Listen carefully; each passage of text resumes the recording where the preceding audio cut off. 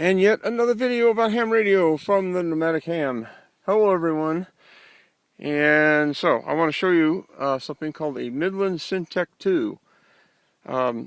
These radios have a second radio, like a handheld, inside here. That's what this is for. This operates on the VHF band. So it goes in, and then you can retransmit out on 6 meters. This has been converted to 6 meters. Primary for it's set up right now for 52.56 when I have the 2 meter handheld linked in. This is typically what like the police and fire would use when they on the control head here they'll hit a button. Of course, I don't remember which one offhand. This is the control head for it. Now they don't use a DTMF mic. Us hams would, because we want to function something, or auto patch or what have you. Probably the most valuable thing of the whole shot here is this. I've had a hard time finding these microphones. Oh, it's loose. And so, I think I have 2 of these units. I'd have to look at my storage unit, but this is the one that I want to get going in the van. I have in the corner here, I have a Syntek I, which you have to pull the chip out. You got to program it. This you can program with a computer. And look at that, it's got my call sign on there even. So this would go up front, this would go in the back. There's a ribbon that you would run, and show you the back end here. You see that heat sink is pretty big. I've got 2 of these from the Hamfest, the Prescott Hamfest recently. 2 of these units. I don't know if they're working. The guy didn't know, he just gave them to me. They're always good for parts, and they may work. And somewhere I got to find my power plug, which is buried in here somewhere.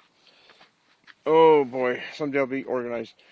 So what I want to do is hook up to this antenna. The top part is way too short, it's got to be out longer. I used to have a CV whip antenna. Let me get around here. A CV whip antenna, and I've shown this before in other videos. Cut to about 56 inches from the bottom. That way it tapers to the top and you have a little ball up there. And I have a ham that's got a CV whip antenna he's not going to use. I need to catch up to him. So anyway, that way I'll have this set for 6 meters. Now in other videos I was describing what I wanted to do on this side, which I've taken that antenna down, big long antenna. I have a Hustler antenna. I have my first donation. Somebody donated something. I asked for help, and I got a reply. So what I have is a Hustler antenna that will fit in there. You pull the slide down, and the thing will tip over. And on the front are the resonators for 10 meters, 20 meters, whatever you get, 40 meters, which I have 3. I have 3 resonators. And by the way, you might see some clouds up here, and it is a Friday morning, and so we're getting some starting to spit on me a little bit. And it's supposed to get more rain here later. And off the distance, by the way, is the Drake cement plant. I used to work there. I worked there as a CAD drafter. Engineers would come up to me and say, here, change this, change that, and I'd get on there and work away. I worked there like 9 months. Fabulous. The best temporary job I've ever had. What job is ever permanent? A bunch of fine people there. They're from Honduras, Mexico. There's one or 2 from Chile, Peru, mainly from Peru. I'm trying to remember. One German guy came in one day, visited, and I'm digressing a little bit, but I could hear the German accent. And he poked his head in, said hello, and said, I forget what I said, but I said something like, I can't remember. Guten Morgen. He said, oh, du sprichst Deutsch. I said, nein.